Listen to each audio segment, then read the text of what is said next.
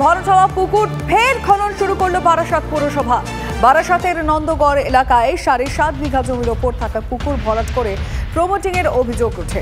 TV9 বাংলায় খবর সম্প্রচারের পর নড়েচড়ে বসে বারাসাত পৌরসভা। ওই জমিতে কোন রকম মিউটেশন ও বিল্ডিং প্ল্যান পাস না করার সিদ্ধান্ত পুরসভার। অবশেষে TV9-এর খবরের জেরে নন্দগড়ের পুকুর, বারাসাত নন্দগড়ের যে 7.5 বিঘার পুকুর ভরিয়ে দেওয়া হয়েছিল, ভরাট করা হয়েছিল, সেই পুকুর খনন করার কাজ শুরু হয়েছে। বারাসাত পৌরসভা এই উদ্যোগ নিয়েছে। ADM LR-এর নির্দেশে এই পুকুর পুনরায় তার অবস্থানে ফিরিয়ে দিতে হবে, সেই নির্দেশ মান্যতা দিয়ে বারাসাত পৌরসভা এই খননের কাজ শুরু করেছে। TV9 বাংলায় এই পুকুর ভরাটের খবর প্রকাশ্যে নিয়ে আসে এবং তারপর সমস্ত স্তরের প্রশাসনের কর্তারা নড়ে চড়ে বসে। যারা বারাসাতকে প্রকৃত অর্থে ভালোবাসি তাদের সবাই মিলে এর বিরুদ্ধে প্রতিবাদ করা উচিত এবং এই কাজ যাতে আমরা দ্রুত শেষ করতে পারি, জলাশয়কে জলাশয়ের জায়গায় ফিরিয়ে দিতে পারি, তার জন্য সমস্ত নাগরিকদের কাছে, জনসাধারণের কাছে আবেদন করছি পৌরসভার পাশে দাঁড়ানো। যদি এই পুকুর এটা খননের নামে প্রহসন হয় সেক্ষেত্রে তাদের আন্দোলন চলবে এমনটা দাবি করছেন। এক্ষেত্রে এই পুকুরের যিনি মালিক, যিনি জমি করছিলেন, তার দাবি তিনি আবারও আইনি লড়াই লড়বেন। আমরা আইনত আমরা জানি, আমার এটা ডাঙ্গা ইটখোলা, আমার ডাঙ্গাই আছে। পৌরসভা থেকে জানি না কীভাবে কী করেছে, ওরা করতে পারে আইনত। আমি আইনের আশ্রয় হয়েছি। আমি যতদূর আমি জানি আমার এটা ইন্ট্রিম অর্ডার থাকা সত্ত্বেও সিভিল ম্যাটারে একটা যদি ইন্ট্রিম অর্ডার থাকে, তারপর যদি 50টা কেসও হয়, সেই ইন্ট্রিম অর্ডারটা গ্রাহ্য হয়, কিন্তু এখানে গ্রাহ্য হয়নি। আমি আইনের দ্বারস্থ হয়েছি। আইন যেভাবে এগোয় নিয়ে যাবে আমরা সেভাবে এগোবো। TV9 বাংলার জন্য সুকান্ত মণ্ডলের সঙ্গে দীপঙ্কর দাসের রিপোর্ট, উত্তর 24 পরগনা। লাগাতার খবর সম্প্রচার ও পরিবেশ কর্মীদের আন্দোলনের জেরে ওই জমিতে ফের পুকুর খননের কাজ শুরু করেছে বারাসাত পুরসভা। তবে পুরসভার এই সিদ্ধান্তের বিরুদ্ধে আইনি লড়াইয়ের হুঁশিয়ারি দিয়েছেন ওই জমির মালিক। না, পুকুর ছিল না, জলাশয় ছিল না, জলাশয় ছিল। মানে বর্ষার সময় সব এক্ষুনি দেখবেন যে বৃষ্টি যদি চেপে হয়, সব ড্রেন মেন ঢুকে দিয়ে এবার জলাশয় হয়ে যাবে। তখন আপনার 2-3 ফুট করে, 2.5 ফুট করে, 2 ফুট, 3 ফুট, 2.5 ফুট। আপনি কি এখন এটা ভরাট করে দিচ্ছেন? না, সমতল করেছি, নিচু উঁচু জায়গাটা সমতল করেছি। পুরসভা তো আবার করে দিচ্ছে। আগে পৌরসভা করে দিচ্ছে, জোর করে দিচ্ছে। আমাদের হাইকোর্টে কেস চলছে। এরপর আপনি কি করবেন? আমি তো কেস ছাড়া তো আমার তো শক্তি নেই। আমি তো 84 বছর আমার বয়স। আমি তো মারামারি কাটাকাটি করতে পারি না বাবু। পুকুর ফেরানোর দাবিতে আন্দোলনে নেমেছেন স্থানীয়রা। পুকুর পুরোপুরি ফেরানোর দাবি জানিয়েছেন তারা। পুকুরটা আগের অবস্থায় ফেরত চাই। আমাদের তো পরিষ্কার একটাই স্পষ্ট দাবি, পুকুরটা আগে যেমন ছিল ঠিক তেমনভাবেই ফেরত চাই। এটা আমাদের পুকুর ছিল, আমি ছোটোবেলা থেকে এখানে থাকি, কাজেই আমি জানি এটা পুকুর ছিল। আমরা চাই এটা পুকুর হয়ে যাক, আগের পর্যায়ে ফিরে আসুক, এবং যতক্ষণ এটা পুরো পুকুর হচ্ছে আমাদের আন্দোলন থামবে না। পূর্বের অবস্থায় যেরকম 7.5 বিঘে পুকুর ছিল, সেই অবস্থা অবধি ফিরিয়ে দেওয়ার জন্য পৌরসভা যে ভূমিকা, যুগান্তকারী ভূমিকা নিয়েছে, সেই ভূমিকা শেষ দিন পর্যন্ত নেবে, এটা আমরা আশা করব। মুখ্যমন্ত্রী বেআইনিভাবে জমি দখল নিয়ে যতই হুঁশিয়ারি দিক না কেন, সেই কথা মনে হয় দলের কিছু নেতার কানে পৌঁছয়নি। তা না হলে পঞ্চায়েত সদস্যের বিরুদ্ধেই জমি দখলের অভিযোগে সরব কৃষকরা। আর এখানেও জুড়ে গেল তৃণমূলের গোষ্ঠীদ্বন্দ্ব। ঘটনা পশ্চিম মেদিনীপুরের কেশপুরের তৃণমূলের গোষ্ঠীদ্বন্দ্ব সর্বজন বিদিত। বিধানসভা, পঞ্চায়েত থেকে লোকসভা ভোটে বারবার তৃণমূলের গোষ্ঠী কাজিয়া প্রকাশ্যে এসেছে। আবার ফিরে এসেছে সেই পুরনো ছবি। কেশপুরের জগন্নাথপুর গ্রাম পঞ্চায়েতের বাগপাতা গ্রামের তৃণমূলের পঞ্চায়েত সদস্যের উদ্যোগে জমি দখলের অভিযোগ উঠল, যা নিয়ে শোরগোল পড়ে যায় এলাকায়। তৃণমূলের পঞ্চায়েত সদস্য মনোরঞ্জন খাঁর নেতৃত্বে প্রায় 15 থেকে 20 বিঘা জমিতে চাষ করতে দেওয়া হয়নি স্থানীয় চাষিদের। পাশাপাশি প্রায় 2 বিঘার বেশি জমিতে জমির মালিককে চাষ করতে দেওয়া হয়নি। সেখানে চাষ করছে মনোরঞ্জন খাঁর নেতৃত্বে কিছু দুষ্কৃতী। 2 দিন আগে লাঠিসোঁটা নিয়ে জমি দখল করে ওই তৃণমূল নেতৃত্ব।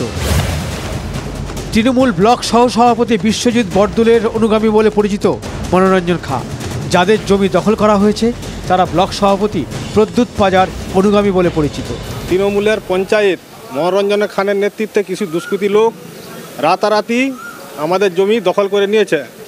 আমরা থানার দ্বারস্থ হলে থানা বলে আমরা কিছু করতে পারবো না, সেই জন্য আমরা আজ মেদিনীপুর আদালতে এসেছি। কোনো কাজ চর্চা কোনো দিন কিছু নেই, খালি লোকের কী করে লোকের ক্ষতি করা যাবে, কী করে লোকের সম্পত্তি নিয়ে যাবে, কী করে মানুষের টাকা লুট করা যাবে, কী করে লক্ষ লক্ষ টাকা তজনজ করে দিয়ে দেশের পুরা। কৃষকদের অভিযোগের ভিত্তিতে বিষয়টি তদন্ত শুরু করেছে পঞ্চায়েত। হ্যাঁ, তাদের রেকর্ড আছে, আমার কাছে আছে। তো তারা আইনত যা পদক্ষেপ করার সেটা করুক, তাতে করে আমার পঞ্চায়েত প্রধান হিসেবে যেটুকু সহযোগিতা করা দরকার আমি করব। কিন্তু রাতের অন্ধকারে কেউ বা কারা জমিটা কিন্তু চাষ করেছে, এটুকু কনফার্ম আমার কাছে খবর আছে। চাষি তাদের রুজিরুটি, তাই রুজিরুটির টানেই আদালতে দ্বারস্থ হয়েছেন কৃষকরা। তারা জমিতে চাষের অধিকার ফিরে পেতে চান।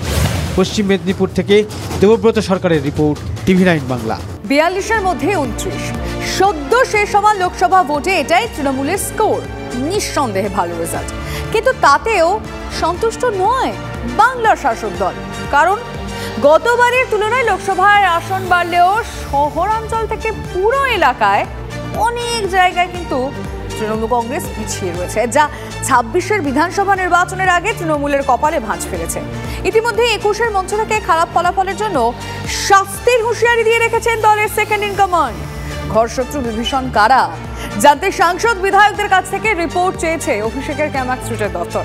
খবর এমনটাই। এই যে 1-1.5 মাস কোনো রাজনৈতিক কর্মসূচিতে আপনারা আমাকে দেখেননি, তার কারণ পর্যালোচনার কাজে আমি ব্যস্ত ছিলাম। আগামী 3 মাসের মধ্যে এর ফল আপনারা দেখবেন। বিরোধী থেকে ফিরেই অ্যাকশনে 21শে জুলাইয়ের মঞ্চ থেকে হুঁশিয়ারি দিয়েছেন তৃণমূলের সেনাপতি।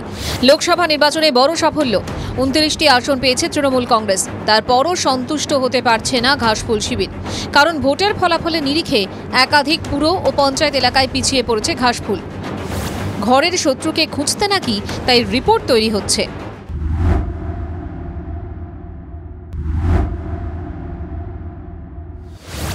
লোকসভা ভোটে জিতলেও 90 বিধানসভা আসনে পিছিয়ে তৃণমূল কংগ্রেস। একইভাবে 69 পুরসভা, 6 পুর নিগমের মধ্যে 5 পুর নিগমে তৃণমূল পিছিয়ে। শুধু তাই নয়, কলকাতায় প্রায় 48টি ওয়ার্ডেও পিছিয়ে তৃণমূল কংগ্রেস। সূত্রের খবর, ঘরের শত্রু বিভীষণদের খুঁজে বের করতে চাইছে তৃণমূল কংগ্রেস। তাই শীর্ষ নেতৃত্বে স্ক্যানারের সাংগঠনিক নেতা থেকে জনপ্রতিনিধিদের ভূমিকা, তাদের ভূমিকা জানতে সাংসদ বিধায়কের কাছে লিখিত রিপোর্ট চাওয়া হয়েছে বলে খবর। রিপোর্টে কোন কোন বিষয় জানাতে হবে? সূত্রের খবর, ভোটে দলের ভিতরে কারা অসহযোগিতা করেছেন, দলের ভিতর থেকে বিরোধীদের সঙ্গে হাত মিলিয়েছেন কারা, সংশ্লিষ্ট এলাকায় কি কোনো সাংগঠনিক পরিবর্তন প্রয়োজন, ভোটে প্রশাসনের ভূমিকা কি ছিল। এখন জননেতা জনপ্রতিনিধি যারা ব্যক্তি স্বার্থ চরিতার্থ না করে সামগ্রিক মানুষের জন্য যারা ওতপ্রোতভাবে থাকে তারাই প্রকৃত জনপ্রতিনিধি। দল এ ব্যাপারে যে মনোভাব নিয়েছে অত্যন্ত অভিনন্দনযোগ্য, সমর্থনযোগ্য। আপনি কি কোনো ফোন পেয়েছেন? সবাই পেয়েছে, আমি একা সমীচীন সময় বোঝে। যাদের গাফিলতিতে ফল খারাপ, তাদের উপর যে কোপ পড়তে চলেছে সেটা বুঝিয়েই দিয়েছেন অভিষেক বন্দ্যোপাধ্যায়। পুরসভার কাউন্সিলরের টিকিট পাবো, আমার ওয়ার্ড থেকে আমি জিতবো, আর লোকসভা বিধানসভায় দল প্রত্যাশিত আর আশানুরূপ ফল করবে না, আপনার বিরুদ্ধে দল ব্যবস্থা নেবে, যত বড় নেতার ছত্রছায়ায় আপনি থাকুন। কোপ পড়বে, তার জন্যই নাকি রিপোর্ট তৈরি হয়েছে, যদিও বিরোধীদের কটাক্ষ। আমার মনে হয় এটা ওদের পারিবারিক ব্যাপার, মানে দিদির হয়ে কারা কাজ করছে সেই রিপোর্টটা বের করার জন্য এই দলের ভেতর থেকে রিপোর্ট নিচ্ছে, যাতে ওদেরকে পরবর্তীকালে ছাঁটা যায়। সূত্রের খবর, ফাঁক ফোকরের রিপোর্ট আগামী সোমবারের মধ্যে জমা দিতে নির্দেশ দিয়েছে অভিষেক বন্দ্যোপাধ্যায়ের ক্যামাক্স রুটের দফতর। 21-এর মঞ্চ থেকে 3 মাসের সময়সীমা দিয়েছেন দলের সেনাপতি। তারপর রিপোর্টে কাদের কপালে ভাঁজ পড়বে, কাদের ঘাড়ে কোপ পড়বে, জল্পনা চলছে তৃণমূলের অন্দরেই। সৌরভ গুহর রিপোর্ট, TV9 বাংলা।